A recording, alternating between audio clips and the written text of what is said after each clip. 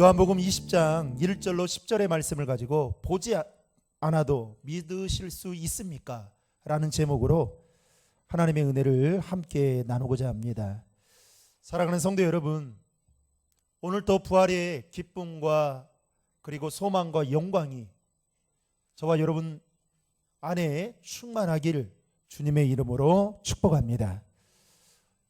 여러분, 우리가 사는 이 세상은 인간의 이성적 사고로 이해할 수 없는 일들이나 또는 첨단과 기술로 증명해낼 수 없는 영역들이 참 많이 있습니다.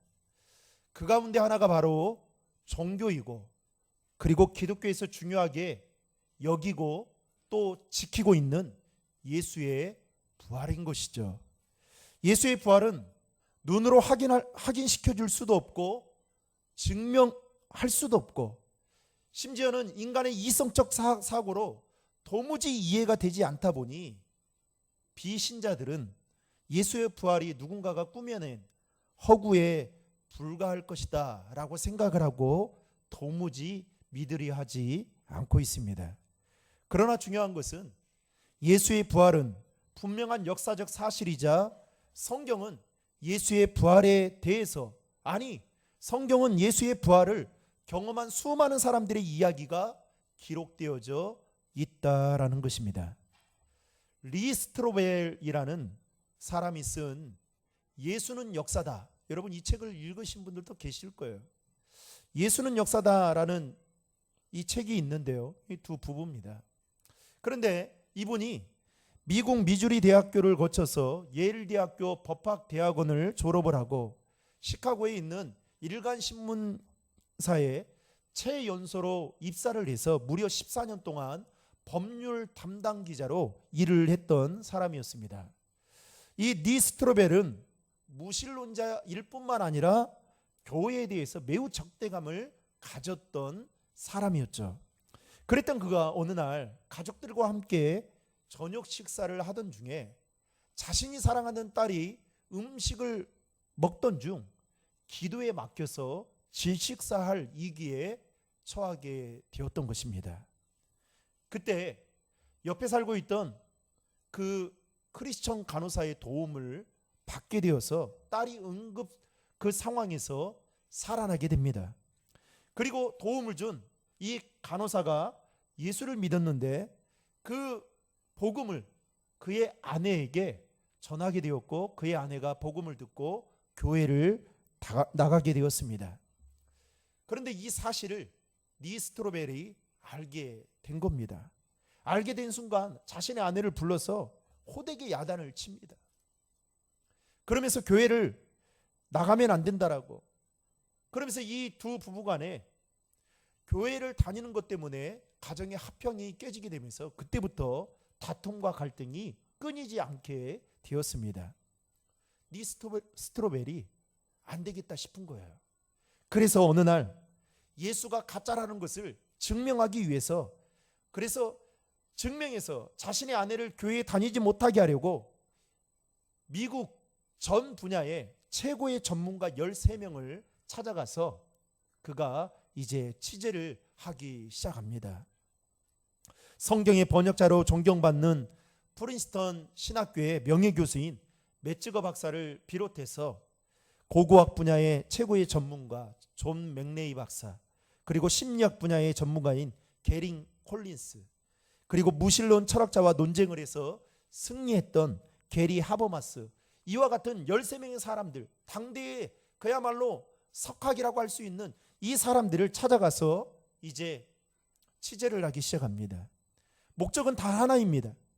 기독교의 복음이라고 말하는, 기독교의 핵심이라고 말하는 예수의 죽음과 부활이 거짓이다라는 것을 밝혀내서 자신의 사랑하는 아내를 교회에 나가지 못하게 해야겠다라는 그 일념 하나로 취재를 하기 시작하죠. 그런데 이 리 스트로벨이 각 분야의 최고의 전문가라고 할 수 있는 13명의 사람들을 찾아가서 인터뷰를 하고 내린 결론은 단 한 문장이었습니다. 그것은 바로 그가 쓴 책 제목처럼 예수는 역사다라는 것이었습니다. 다시 말하면 예수에 대한 죽음과 예수에 대한 부활이 누군가가 꾸며낸 허구가 아니라 사실이다라는 사실을 깨닫게 되었습니다.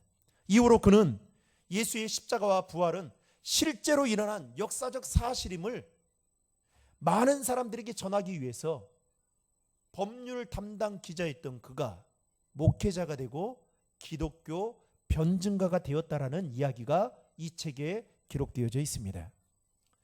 어쩌면 오늘날 많은 사람들이 리 스트로벨처럼 예수의 죽음과 부활은 마치 누군가가 꾸며낸 허구라고 생각하고, 또 이것을 믿기 위해서는 이에 맞는 합당한 논리를 통해서 증명해야만 하면 믿을 수 있다라고 생각하는 사람들이 우리 주변에는 참 많이 있습니다. 그러나 성경은 여러분 이미 예수의 부활에 대해서 증언하고 있고, 오늘 우리가 살펴보게 될 말씀도 역시 예수의 부활을 처음 경험한 사람들의 이야기를 들려주고 있다라는 것이죠. 요한복음 19장 31절에 보면 예수님께서 십자가에서 죽으신 날이 큰 안식일 준비일이었다라고 말하고 있습니다. 그리고 그 다음 날이 큰 안식일이었다라고 말하고 있는데요, 이 큰 안식일이어서 예수의 십자가를 예수의 시체를 십자가 위에 내버려 둘 수가 없어서 당장 치워야 될 상황이었습니다. 그런데 그것을 아리마대 사람 요셉이 알게 된 것입니다. 그래서 빌라도 총독에게 가서 예수의 시신을 자기가 처리하겠노라고 말을 하고 허락을 받아서 예수의 시신을 가지고 와서 새 무덤에 장사를 지내고, 그리고 그 무덤을 커다란 돌로 막아 두게 됩니다. 그리고 안식일이 지났습니다. 오늘 본문 1절을 보시면 안식일이 지난 첫날 이른 아침에 막달라 마리아가 예수님의 무덤을 찾아갑니다. 찾아갔던 이유는 그 당시의 장례 예법에 따라서 예수님의 시신에 향품을 발라드리기 위해서였습니다. 그런데 막달라 마리아가 무덤에 갔을 때에 그 무덤 문을 막고 있던 커다란 돌이 옆으로 옮겨져 있었습니다. 여러분, 우리가 생각하는 것처럼 그 돌이 가벼워서 쏙 밀면 밀리는 돌이 아니에요. 아마 막달라 마리아도 그 예수님의 시신에 향품을 발라드리기 위해서 그 무덤에 찾아갔지만 아마 여러 가지 고민들을 많이 했을 거예요. 이거를 어떻게 그 그 무덤을 막고 있는 이 돌 무더기를 어떻게 옮길까, 그런 고민이 됐을 거예요. 그런데 가서 보니까 큰 돌이 옆으로 옮겨져 있었습니다.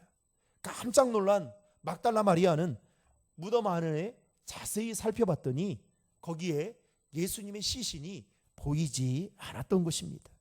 그래서 그녀는 급하게 오늘 말씀에 보면 제자들에게 가서 예수님의 시신이 없어졌다라고, 그리고 누군가가 예수님의 시신을 어디론가 옮겨간 것이다라고 말을 건넵니다. 그 이야기를 누가 듣게 되느냐? 베드로와 다른 성경에는, 오늘 성경에는 또 다른 제자라고 말하고 있지만 그 제자는 바로 요한을 이야기합니다. 베드로와 요한이 즉시 그 말을 듣고 예수님의 시신이 있는 무덤으로 달려갑니다. 그리고 직접 가서 그 현장에 가서 보니 예수님의 시신이 막달라 마리아가 말한 것처럼 보이지 않았던 것입니다. 그리고 예수님이 시신이 있어야 할 그 자리에는 뭐만 놓여져 있느냐? 세마포만 놓여져 있었습니다. 그리고 오늘 본문 8절을 보시면 요한이 베드로의 뒤를 따라 무덤 안으로 들어간 후에 그도 보고 믿었다라고 기록하고 있는데, 여기서 믿었다라는 것은, 보고 믿었다라는 이 말은 주님의 부활이 사실이다라는 것을 믿었다라는 말이 아니라 무덤 속에 예수님이 계시지 않았다는 것을 믿었다라는 이 말을 하고 있는 것입니다. 한마디로 막달라 마리아의 말을 듣고 그 예수님의 시신이 있는 그곳에 갔던 베드로와 요한과 또 그 밖에 예수님의 제자들조차도 빈 무덤만 보고서는 예수의 부활을 믿지 못했다라는 것이죠. 사랑하는 성도 여러분, 혹시 우리의 신앙이 제자들과 같이 이 단계에 머물러 있지는 않습니까? 내가 신앙생활을 하는데 신앙생활하는 그 모든 핵심은 내가 보는 것만 믿겠다라고 혹시 여러분 그렇게 생각하고 있지는 않습니까? 그런데 여러분, 놀랍게도 우리가 살고 있는 이 세상에는 중요하게 여기는 것들, 예를 들면 우리가 숨을 쉬려면 뭐가 필요합니까? 산소가 필요하죠. 산소가 없으면 여러분 죽게 됩니다. 그런데 눈에 보입니까? 보이지 않습니다. 여러분, 부부간에 그렇게 사랑해서 20년 30년 한 입을 덮고 살고 계시잖아요. 그렇게 사랑한다고 하잖아요. 그런데 여러분 한번 보세요. 그 사랑이 눈에 보입니까? 사랑이 막 손에 잡혀져요?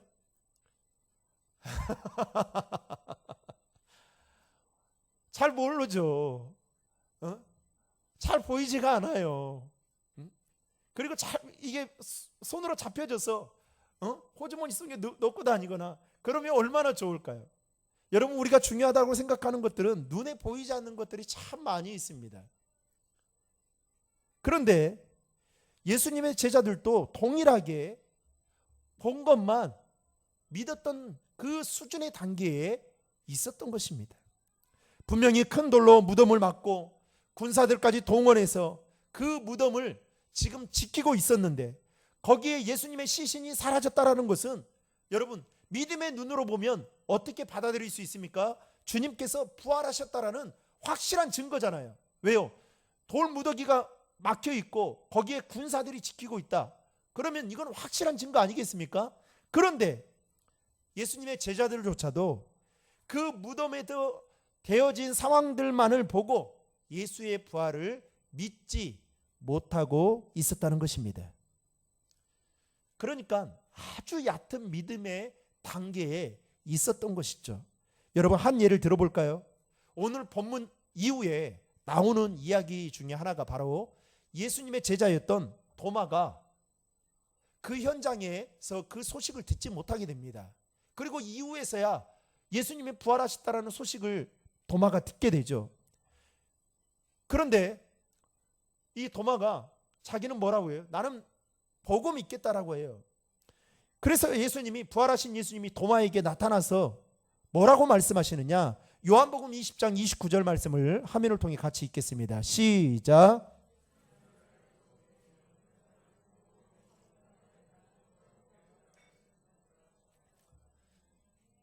부활하신 예수님께서 도마에게 뭐라고 말하냐면, 너는 나를 본 거로 믿느냐? 보지 못하고 믿는 자들은 복되도다라고 말하고 있습니다.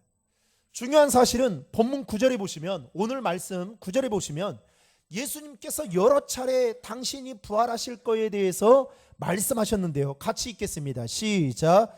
그들은 성경에 그가 죽은 자 가운데에서 다시 살아나야 하리라 하신 말씀을 아직 알지 못하더라. 그러니까 예수님께서 여러 차례 이 예수님의 죽음과 순환과 부활에 대해서 말씀하셨는데 제자들은 그 말씀을 기억하지도 못할 뿐만 아니라 그 말씀에 대한 그 의도와 목적도 깨닫지 못하고 있었다는 것입니다. 여러분, 예수님께서 부활하신 사실에 대한 우리는 두 가지의 증거를 확인할 수 있습니다. 첫 번째는 성경이 예수의 부활을 증언하고 있다라는 겁니다. 두 번째는 예수의 부활을 믿고 살아가는 성도들의 그 삶을 들여다보니까 변화된 삶을 살고 있다라는 것이죠. 이 두 가지 사실만으로 봐도 우리는 예수님께서 죽음에서 부활하셨다라는 확실한 증거를 얻을 수가 있고 믿어야 되는데, 안타깝게도 오늘날 우리 주변에 많은 사람들이 예수의 부활을 잘 믿지 않고 있다라는 것입니다. 왜 그럴까요? 사람들은 자기의 눈으로 확실히 본 것만 가지고 생각하고 판단하기 때문입니다. 오늘 본문 말씀 다음으로 나오는 내용도 보면 베드로와 요한이 집으로 돌아간 후에 이 막달라 마리아 혼자서만 예수님의 시신이 사라졌다라는 그 안타까움 때문에 그녀가 울고 있었습니다.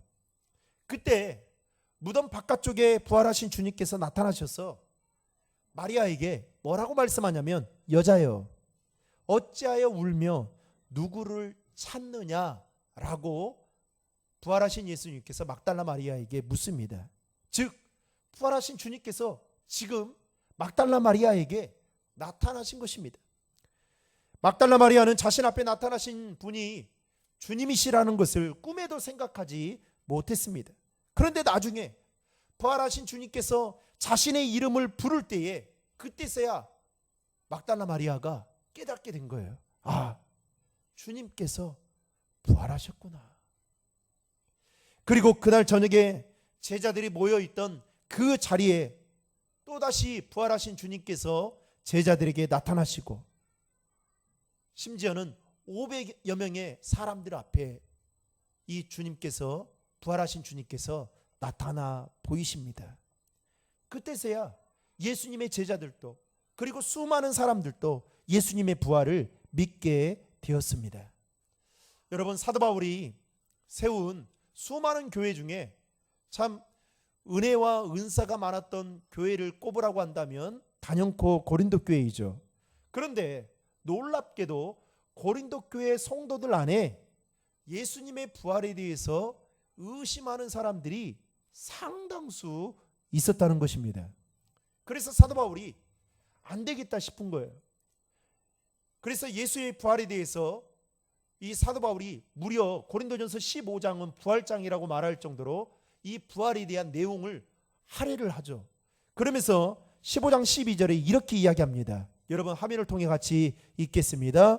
그리스도께서 죽은 자 가운데에서 다시 살아나셨다 전파되었거늘 너희 중에서 어떤 사람들은 어찌하여 죽은 자 가운데에서 부활이 없다 하느냐.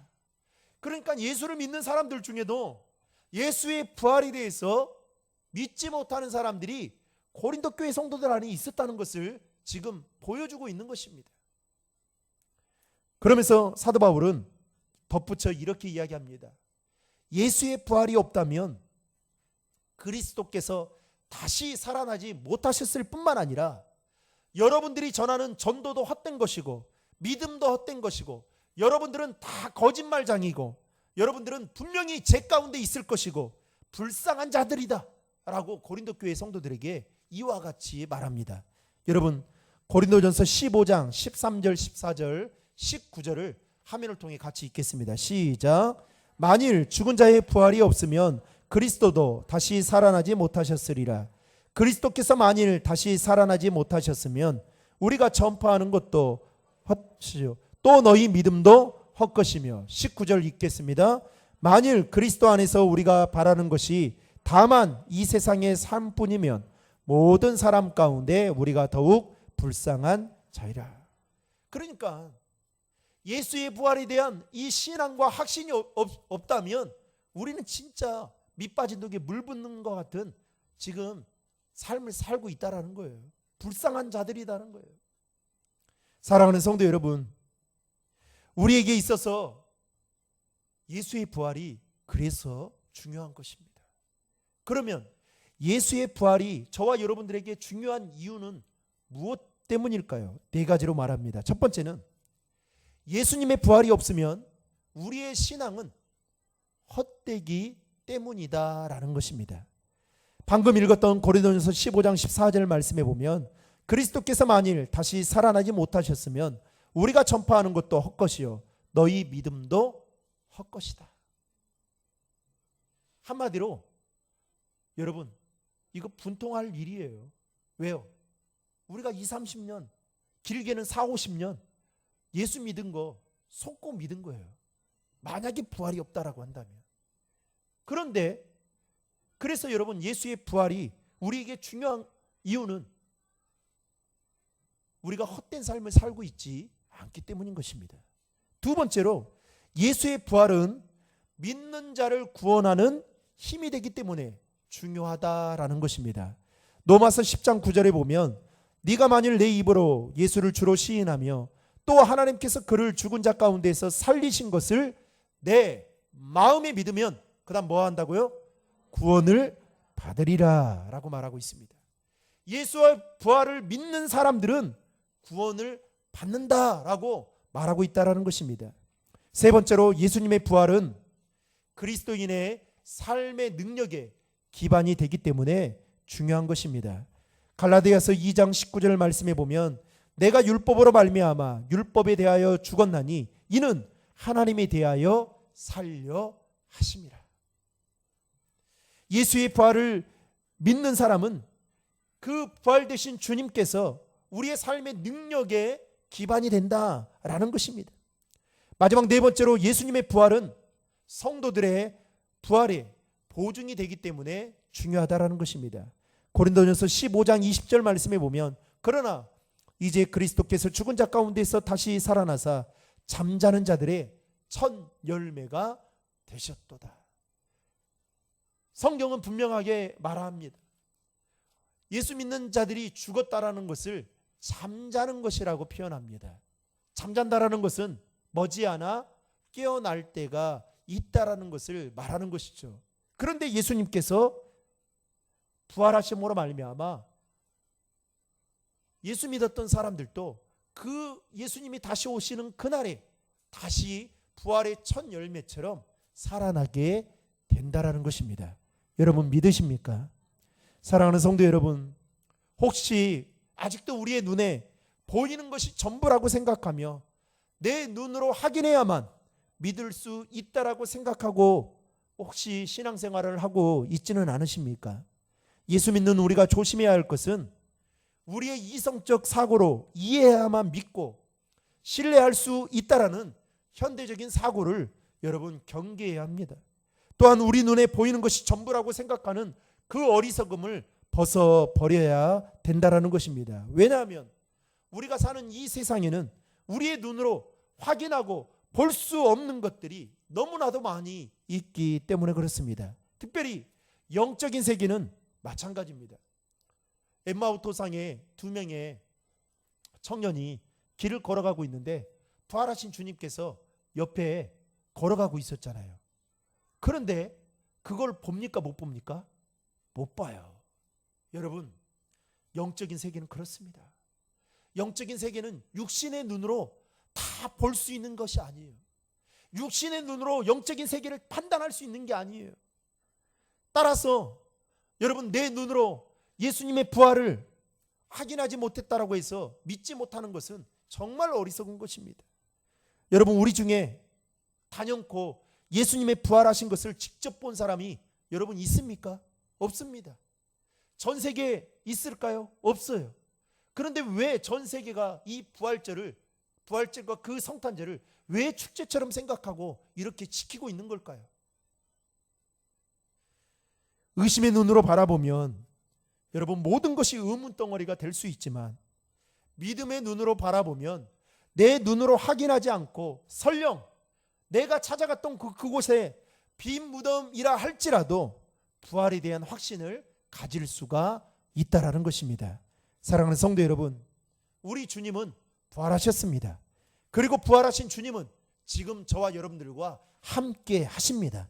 여전히 우리가 가진 육신의 눈으로 부활하신 주님이 보이지 않지만 부활하신 주님께서 우리와 함께 하시고 장차 이 땅에 다시 오시게 되는 그 날에 예수 믿는 저와 여러분도 여러분 우리는 다 죽게 돼 있어요. 그건 하나님이 정해놓은 법칙입니다. 그러나 주님이 오시는 그날 여러분 무덤 문이 열리면서 예수 믿는 사람들은 가장 아름다운 모습으로 다시 부활하게 될 것입니다. 이 믿음 가지고 부활신앙을 가지고 여러분 살아가는 우리 신도림 중앙의 모든 성도님들 되기를 주님의 이름으로 축원합니다.